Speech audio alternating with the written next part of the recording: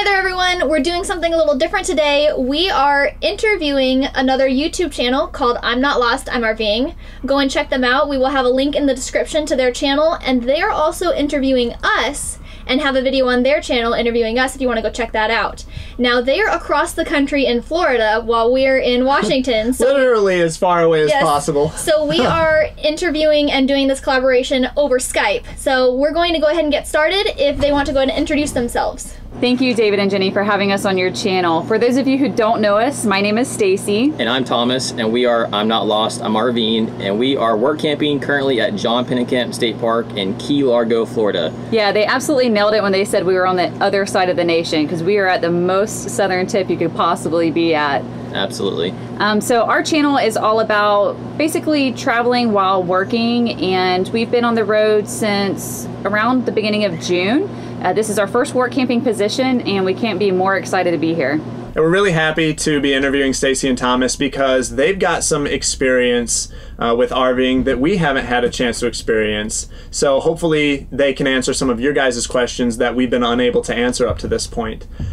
But our first question for them is, why did you decide to become full-time RVers? That's a really good question, and it's kind of a little more complicated for us.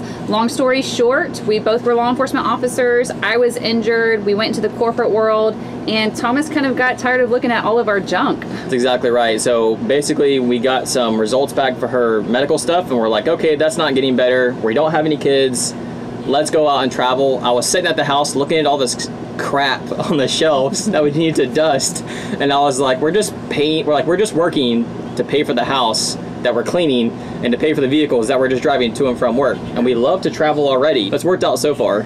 So since you two have only been on the road for a month now, all that preparation coming up to hitting the road is still fresh in your minds. So how long did it take you to prepare to hit the road, and was it stressful? Our initial goal was a year. Well, actually it was 6 years, and then it got dropped down to 3 years, and then it was a year. So we gave ourselves a year to hit the road. It wound up being 18 months total before we actually managed to succeed.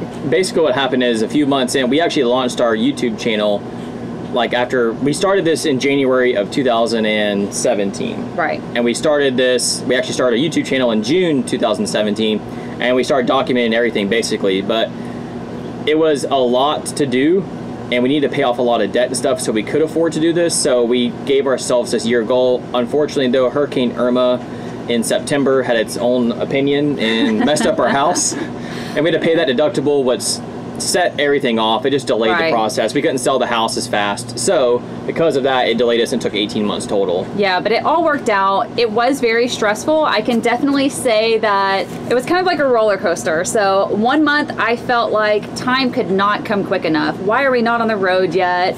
And the next month I'm like, oh my God, it's going by way too fast. We're not ready. We have so much left to do. Yeah. And you know, you feel overwhelmed. And then the following month you do it all over again. You're like, man, it's just taking so long. So there are ups and downs. It's definitely stressful, especially whenever you get closer to your goal. Yeah, absolutely. Once you get closer, you really realize it's all piling on all at once, and you're not really sure if you're ready.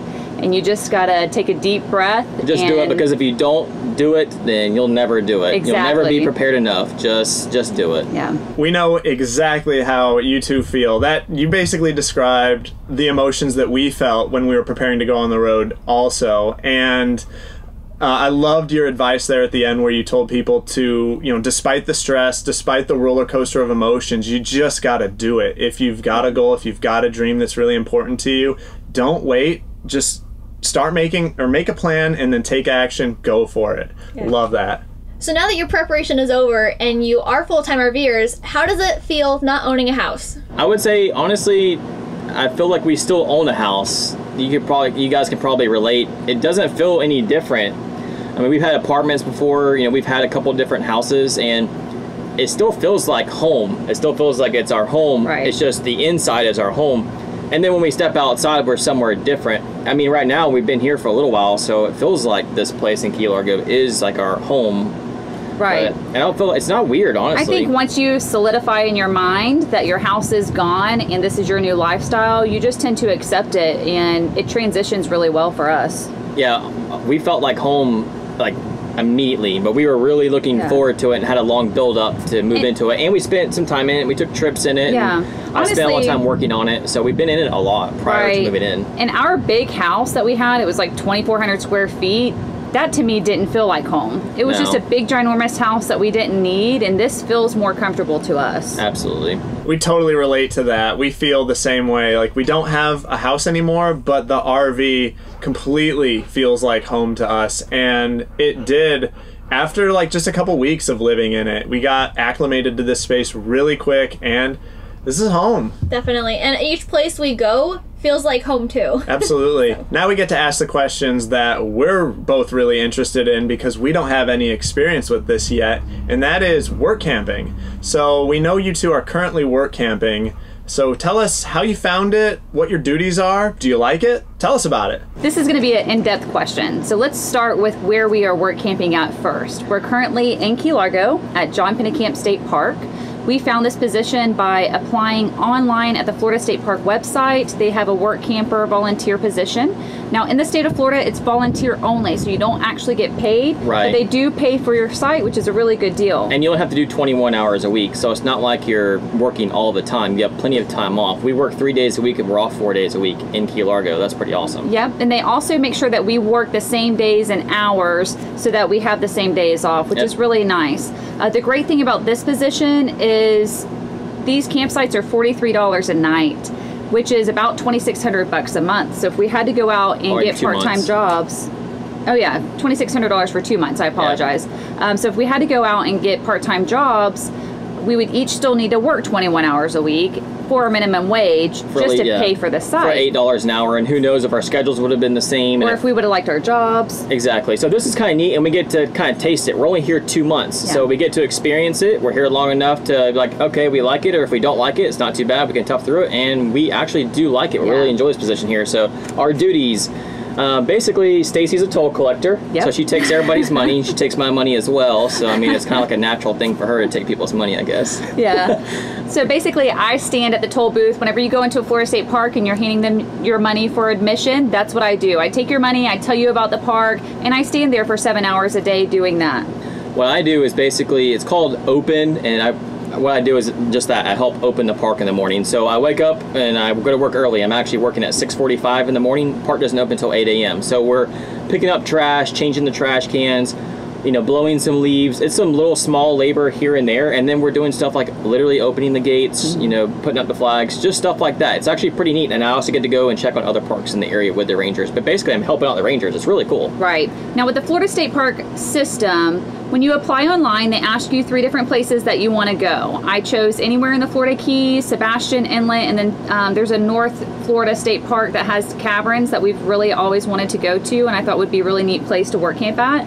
What I didn't realize was you need to follow up on those applications. So the Florida State Park website doesn't just disperse your application wherever it is that you choose. Yeah, we found that out once we got here. The volunteer coordinator here for this park let us know that they can't see where you're actually putting in for. So go on there and put in, if you want to work in Florida, put your application in, and then call whatever park that you want to work at. And just like you're trying to get a job, you need to call them and talk to them and talk to the right person. And you need to do it in advance. We got this job a year in advance, so we knew we were going to have this position for a long time. So make sure you do that. And speaking of, doing things in advance, our next work camping spot, which we haven't done yet, is going to be Amazon. Right. And same thing. We got that one a year in advance. We found it on YouTube. I can't remember who it was who was talking about it. And we basically Googled it. It's called Amazon Camper Force. Camper Force. Yep. They have a couple locations in the nation. Basically what happens is those communities, they don't have enough people to fill the positions, and they have so much work that they created this camper force where people all over the nation who just want to work 2 months can come in, work that short term so that they can get their product out during the holiday season, and then they leave again. Yeah, it's their busy season, so it's a small like area that they need people, like a small window that they need people, and they don't have people in the area. Now Right. that one you actually do get paid. You do. And you get your site for free. It's like $12 an hour. And full hookups. Yeah. So, and that one is between 6 and 10 weeks, I think. I think you can start in August or You can something. start in August. So you can do it longer if you want But the busy to. season is from Black Friday to Christmas Eve. Now you're going to work 50 hours a week in that one. However, if you think about it, that's just 6 weeks that you're working 50 hours a week. You save up that chunk of change, and then you can travel for a couple months. So And for that's us, that's perfect. Yeah, that's our exact plan. Yeah. That's really cool. I'm really interested to see how the Amazon camper force works out for you guys, because that's something that we have considered doing also. So definitely let us know how that works when you guys are finished with that. Yeah, and this interview isn't the only time they've talked about work camping. They actually have another video on their channel, and they've recently gotten permission to interview work campers where they're staying. So definitely go check out their channel, because they have a lot more information about that too. Yeah, and then our last question for them is, what advice would you give to anyone else that's looking to go full-time? Well, we haven't been full-timing for too long, but I would say our advice is going to be set yourself small goals. So just set small goals. There's so much to do before you go full-time. If it's like having an estate sale, getting rid of stuff that you can't take with you, selling vehicles, there's so many things, and just figuring out how to RV and buying an RV. There's so many things, and you can get overwhelmed really, really fast. So just set small goals for yourself, keep accomplishing those goals, and the time will fly by. The 18 months now, in retrospect, is Right. like gone. We're like, where did that time go? Right. And we were disappointed initially when we didn't make our year goal, but that's okay, because everything happens for a reason. So if you can't get it in your 1 year, 2 year, or 3 year, and it takes you a little longer, it's no big deal. You're at least still attempting to live your dream, and you're going to get there. Be realistic with yourself, okay? So full-time RVing, I know it's easy to watch YouTube channels and think, oh my God, that's amazing. But it's not all rainbows and sunshine, right? So No, not always. it's hard to transition, so be realistic with yourself. You're not going to get in your RV and everything's just going to run smoothly and it's going to be a smooth transition. It took us a good month to get used to Yeah, living to here. We've get had used to problems. just- Our solar system has failed. We've had Yeah. leaks. So there's stress. Yeah. And then you have to find where to live. I mean, there's like extra stress. So don't think it's going to solve your problems or that you're on a vacation. You can't treat it like a vacation. We're on a very Right. limited income. So be realistic. It's okay. Just as long as you're realistic and don't think it's some fantasy, then you'll be just But fine. at the end of the day, it's all completely worth it. The people we have met along the way Yeah. and just this little bit of journey that we've had, it's been totally worth any amount of struggles we might have experienced. Absolutely. Well, that's all the questions we had for them. Thank you, Stacey and Thomas, so much for making this video with us. And they actually made a video of them interviewing us with questions that they were interested in. So if you want to see that video, be sure to go to their channel, I'm Not Lost I'm RVing. Check that out. There's going to be links in the description.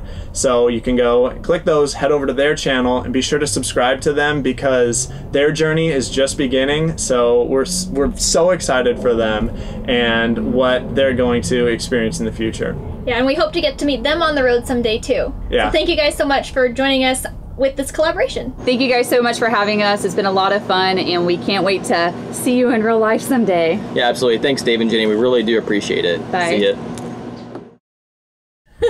Okay. That's how it goes. All right. Intro.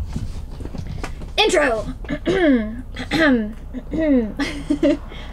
Well, we haven't been full-timing for too long, but I would say the advice we would have would be, say, You have more I talk. feeling in your voice. I done talk good. You done talk, dude. Okay, I talk good. All right. Or still do the 21-hour volunteer thing. Let's start over, because we're all over the page. I'm sorry. But now that you asked the question. You asked the question. I'm doing all the talking. I know you're doing all the talk. We're like, yeah, I think they're gonna pop it up too, like us. sounds We're gonna good. act like we're Oh, you want to keep Filming. waving? Just keep waving.